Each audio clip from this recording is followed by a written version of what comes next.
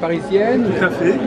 Oui. J'habite à Villiers-sur-Marne, donc c'est sur l'autoroute A4 quand vous allez chez Disney. Oui, oui, je vois tout à fait, effectivement. Et, vous feriez quelle astrologie, pour préciser? Alors moi je fais de l'astrologie karmique. Oui. Karmique, c'est-à-dire que moi mon travail c'est de dire pourquoi les gens sont venus sur Terre, pourquoi ils se sont incarnés sur Terre, et de leur expliquer un petit peu quelle est leur mission de vie sur Terre.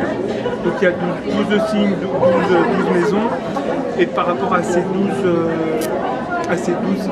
planètes à ces 12 signes, on peut dire, voilà, est-ce que ce sera plutôt une vie où on doit s'individualiser, se réaliser, on doit travailler plus le côté terrestre, matériel, est-ce qu'on doit aller plus vers la spiritualité? Vous voyez, donc ça donne des tendances. Et ensuite, je vais analyser toutes les autres planètes pour leur dire un petit peu quels sont les outils avec lesquels ils vont se réaliser. Donc l'astrologie ne dit pas vraiment ce que sont les gens, mais ce qu'ils ont à faire dans leur vie. Ça dit, voilà, en gros, c'est qu'est-ce que vous êtes venu faire sur Terre et quel est votre potentiel. Vous voyez, donc on vient avec des arbres et on vient avec des axes d'amélioration, pour ne pas dire défauts ou des inconvénients. Le karma et le dharma. C'est exactement ça. Qu'est-ce que je dois résoudre sur Terre? Le nord, le sud. Exactement, ce sont les éléments avec lesquels je travaille. Je vais utiliser Pluton pour ce que je dois transformer dans ma vie. Je vais utiliser Saturne pour ce que je dois apprendre dans cette vie-là. Et puis je vais utiliser Lilith, la lune noire, pour aller réveiller mes peurs, aller me confronter à mes peurs. Et vous avez été formé par quelle école d'astrologie karmique? C'est Larzul, c'est Andrieux? Edgar Cayce. Ah oui, donc c'est Marguerite de Bismont. Exactement, tout à fait. Que je fais un Bismont. Donc qui elle a traduit tout ce qu'a fait Edgar Cayce. Est-ce que ça veut dire que vous vous intéressez aussi à l'œuvre de Cayce? Alors non, moi je suis resté plutôt sur le côté astrologique, puisque Cayce en tant qu'homme, j'ai pas du tout suivi son évolution. Vous n'êtes pas dans son enseignement particulier? Ah, du tout, non, du tout. C'est qu'au départ, j'ai commencé avec de l'astrologie, on va dire traditionnelle, classique. Et puis de livre en livre, je suis tombé un jour sur Koechlin de Bismont et j'ai trouvé ça intéressant comme regard. Ça a répondu à une problématique de l'époque. Voilà. Et puis je me suis dit, tiens, ça me convient bien. Et puis je l'ai ensuite pratiqué. Alors est-ce qu'on peut dire que, monsieur, est-ce qu'on peut dire par exemple que l'astrologie karmique, elle s'intéresse à des choses très pointues dans la vie, c'est-à-dire des accidents de voiture, mort? Alors, ça n'est pas important pour des choses qui vous marquent? Oui. L'astrologie karmique ne s'intéresse pas à des choses qui sont marquantes, même si parfois elles sont tout à fait le résultat d'un accident ou d'une coïncidence. Voilà, qui vient réveiller quelque chose dans notre vie à un moment bien précis. L'idée, moi mon travail, c'est d'aider les gens à comprendre ce qu'il faut de cet événement-là. Une mort, en tant que telle, c'est dramatique, mais en fait, qu'est-ce que ça vient réveiller? Qu'est-ce que je dois... par exemple, les enfants qui sont orphelins très jeunes, on leur retire les parents. En gros, qu'est-ce que ça veut dire? Qu'ils sont capables de grandir sans ce lien de parenté, par exemple. Parce que peut-être dans une vie antérieure, ils ont abandonné des enfants, ils ont abandonné leurs parents. Donc dans cette vie, c'est quelque chose qu'ils doivent transcender. En disant effectivement, ces parents ont été là en début de ma vie, et là maintenant je dois apprendre l'éducation par d'autres personnes. Alors peut-être c'est la famille qui va récupérer cet enfant, donc ils doivent s'ouvrir à l'univers familial, par exemple. Ils doivent s'ouvrir, si on les place dans d'autres familles d'accueil, c'est qu'est-ce que ça veut dire? Comment grandir dans une famille d'accueil où effectivement il n'y aura peut-être pas l'amour, le même amour que les parents, vous voyez. Donc il y a toujours quelque chose à prendre d'un événement. Un divorce, un licenciement. Comment je me relève par rapport à ça? Oui. Pour rebondir dans l'éducation des enfants, quelle est cette vague d'enfants avec deux papas et avec deux mamans? Les couples homosexuels, que maintenant c'est une grande vague. C'est une grande vague, alors sur le plan karmique. Sur le plan karmique, il y a quelque chose à comprendre sur le fait que, vous savez, dans certaines cultures, romaines, grecques, etc., il était coutume d'avoir des parents adoptifs.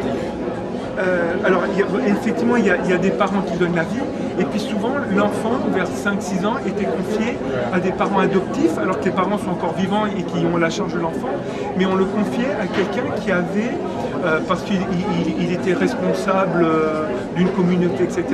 Et on le confie à cette personne-là pour que l'enfant reçoive une autre éducation, on va dire, sociale, plus sociale que familiale. Oui, mais il n'était pas forcément homosexuel ou lesbienne. Non, mais à l'époque, dans ces civilisations-là, la sexualité, on s'en foutait. Oui, mais c'est pas qu'on s'en foutait, c'est qu'il y avait même, il était coutume souvent que c'était un oncle qui allait faire l'apprentissage sexuel du garçon ou de la fille. C'est l'idée qu'on en tant qu'homosexuel. Oui, enfin, pas, c'est pas non, mais pas trop. C'est pas tant la sexualité ou l'homosexualité, c'est simplement je vous éduque dans une éducation, c'est à vous d'en faire ce que vous voulez.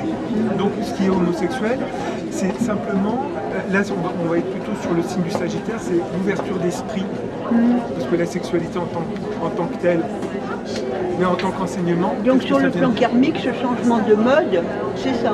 C'est pour expliquer que, par exemple, au niveau de l'amour, en fait, qu'on soit hétéro, homo, bi, ou tout ce que vous voulez, c'est pas grave. Ce qui est important, c'est d'aimer. C'est d'aimer, c'est que l'autre, je ne le vois pas en tant qu'identité sexuée, je vois comme quelqu'un avec qui je peux expérimenter l'amour. Vous voyez, c'est ça la différence. Et peut-être que là, on est vraiment dans une énergie avec ce mélange des sexes, des morts, etc. C'est encore une fois pour expliquer ce qui est important quand on vient sur Terre, c'est d'expérimenter l'amour et qu'on soit dans une ouverture d'esprit. Vous voyez comment ça résiste? Ça résiste tout le temps, partout. On est dans ça inclut les pédérastes qui aiment beaucoup les enfants. Alors après, ils adorent les enfants. Alors après, il faut pas trop mélanger, parce que là on va... Mais on est dans l'amour. On est dans l'amour, mais là on est dans le débordement de l'amour, et c'est quelque chose qu'il faut apprendre. Ça, on est sur un axe, vierge, poisson. C'est-à-dire que là, c'est quand on aime, il faut mettre des limites. Un pédéraste, il est hors limite. Ok. Avec la pédérastie, on est vraiment dans quelque chose qui n'est pas normé et cadré. C'est surtout ça. Donc là, quand c'est pas cadré... Les Grecs et les Romains, ça les gênait pas. Non, parce qu'à l'époque... Dans leurs limites, ça ne les gênait pas. C'est qui met les limites? C'est les lois. Qui fait les lois sont les hommes. Oui, donc, on est en train de changer nos lois en France. Oui, justement. Donc, mais dès qu'il y a des lois, il faut les respecter. Ensuite, c'est au collectif, à l'être humain, d'aller contre les lois pour dire là c'est des limites qui sont trop permissives ou au contraire trop larges. On va se recentrer. Oui, mais ça implique le karma, Jacques. Oui, d'accord, mais bon, on n'est pas que sur l'astrologie aussi.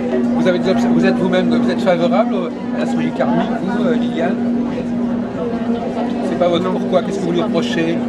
Vous pensez que parce que moi, le grand problème que me pose l'astrologie karmique, c'est justement que c'est pas tellement la philosophie du karma, ça ne gêne pas, mais l'astrologie, on pourrait dire que de certaine manière, elle a plutôt vocation à étudier des choses qui sont naturelles, qui se déroulent d'après des cycles, et pas des accidents. C'est un grand débat. L'astrologie parle peut-être des accidents, des choses qui arrivent. Par exemple, je sais pas, c'est vrai que par exemple, le problème des astrologues ont un problème avec la mort. La mort, ça peut avoir des conséquences considérables, mais c'est pas forcément dans le thème astral. Non. Même la mort de quelqu'un d'autre. L'astrologie karmique, elle est obligée de s'intéresser à des choses qui ont un poids considérable dans la vie de la personne. Mais par exemple, je sais pas, si je me casse la figure demain, je me fais écraser par une voiture, ça peut avoir des conséquences énormes pour moi. Mais est-ce que c'était inscrit dans les astres? Parce que alors, ça peut-être pas inscrit dans les astres, mais c'était inscrit dans ma vie. C'est ça, je voulais dire. C'est peut-être qu'il y a aussi ce problème-là. L'astrologie permet peut-être de comprendre des choses qui sont prévues pour nous, mais qui ne sont peut-être pas inscrites dans les astres. Je ne comprends pas très bien. En gros, moi, le but de mon travail, c'est effectivement, dans le thème qu'on a, c'est comme un contrat qu'on a fait avant de venir sur Terre. On ne vient pas sur Terre juste comme ça. Quand vous rentrez dans une entreprise, on vous dit vous rentrez dans cette entreprise-là, et votre mission dans cette entreprise, c'est ça. Vous êtes cadré, vous êtes secrétaire, vous êtes patron, vous êtes ingénieur, etc. Donc votre rôle, c'est de rester là. Mais évidemment qu'après, même si on est ingénieur, on peut passer le balai, on peut faire ça. Vous voyez, les choses sont plus ou moins décrites, inscrites, mais à chaque fois, on a notre libre arbitre. Si moi, en venant dans cette vie, on me donne le pouvoir, j'ai la possibilité de prendre tout pas. Je peux rester un tout petit chéfaillon. Pour moi, c'est bon, oh là, c'est bon, j'ai résolu le pouvoir. Alors est-ce que je suis le président de la République ou un gros dictateur? J'ai la responsabilité du pouvoir qu'on m'a confié. On m'a dit, tu viens travailler le pouvoir, tu vas exercer le pouvoir. C'est moi qui, dans mon libre arbitre, vais exercer ce pouvoir. Si je viens dans cette vie-là pour travailler les émotions, je travaille comme je veux. Soit je suis un grand acteur et puis alors j'expérimente toute la gamme au niveau émotionnel, soit je suis un père de famille et puis je fais un petit bout d'émotion avec mes 2-3 enfants, vous voyez. Donc l'idée c'est qu'à chaque fois, on a le libre arbitre. Il y a un problème d'échelle. Il y a un problème d'échelle, c'est que l'idée c'est, si je commence à dire aux gens, c'est inscrit comme ça, vous devez faire ci, vous devez faire ça, je leur prends le pouvoir et puis les gens ils ont plus le pouvoir d'agir. Donc l'idée c'est, mon travail c'est d'aider les personnes à prendre de la hauteur et du recul dans ce qu'ils vivent. La mort, la famille, les émotions, la santé aussi. Il y a des gens qui viennent sur Terre et qui vont expier leur karma ou leur dharma en étant dans la maladie.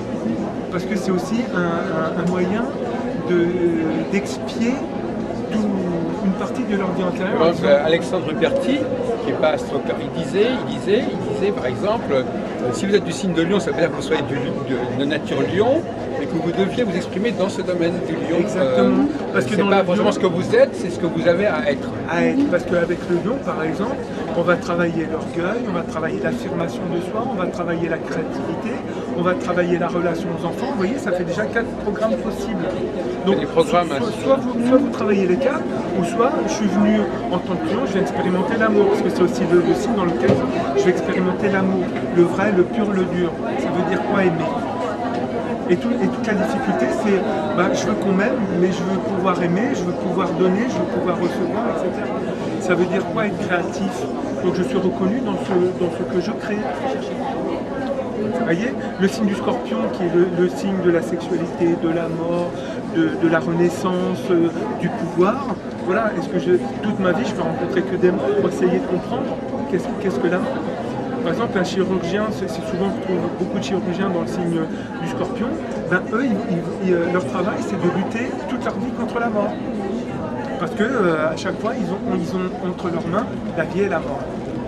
S'ils coupent trop près, trop court, trop mal, clac, ils ont le pouvoir de tuer comme ils ont le pouvoir de sauver. C'est ça l'énergie du Scorpion, par exemple.